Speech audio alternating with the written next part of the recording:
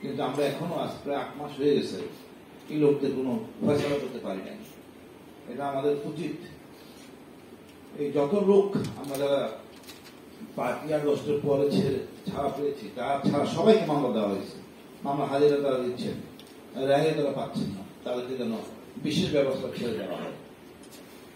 বইয়ের ব্যাপারে তাড়াহুড়া করে আমাকে দেখতে হয়েছে, আমি রেখে ফেলেছি আয়নাঘর তুমিও আমি, তুমি বলতে ফ্যাসিস্ট আর আমি জানি।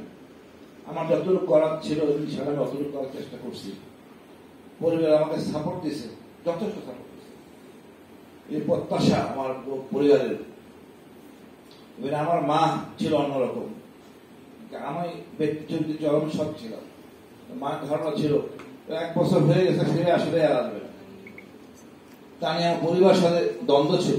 আমার বউ মেনে দিতে হয় নাই, বাচ্চারা মানতে রাজি হয় নাই। এক পর্যায়ে মা আমার বাসা থেকে চলে যায় আমার বোনের বাসায়। এটা অন্যরকম কষ্ট, বোঝানো যাবে না। আমরা ফিরে এসেছি, আপনাদের শুকরিয়া। আপনি ভাবুন এই লোকগুলি যারা এই চেতনা ধারণ করেন, মানুষকে সৃষ্টি সেরাদি মানুষকে আটকে রাখবে, আমি এভাবে আমরা মারা যাবে, লাশটা গায়েব করে দেবে, এটা কতটা নগ্ন চলতে যেতে পারে। এদের বিচার হওয়া খুবই কাজ, কোনো ক্ষমার কোনো স্থান নাই। ধন্যবাদ। সবাইকে নমস্কার, শুভেচ্ছা। এই এপ্রিল মাসটা হলো আমার হারিয়ে যাওয়ার মাস। এই মাসের 9 তারিখ আমাকে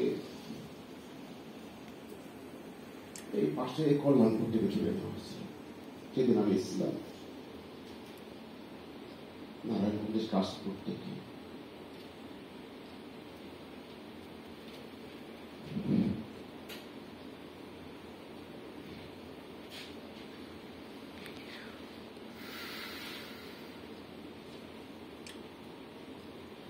কি হয়েছে আপনারা সবাই জানেন।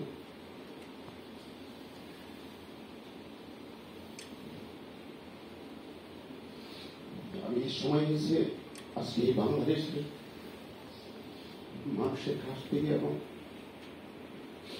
নতুন এই দেশ থেকে আমি এটুকু চাই, আমি ইনসাফ চাই। আমি আশা করি ইনসাফ হবে। আমরা যারা এখানে রয়েছি 3 জন এবং আরো যারা এখন নিখোঁজ আছে, গুমে আছে, সবাই আমরা ইনসাফ পাবো।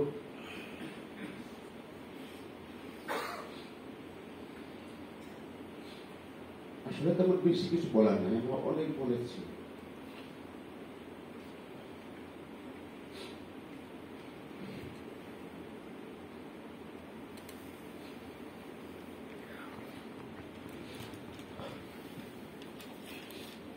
দুঃখিত।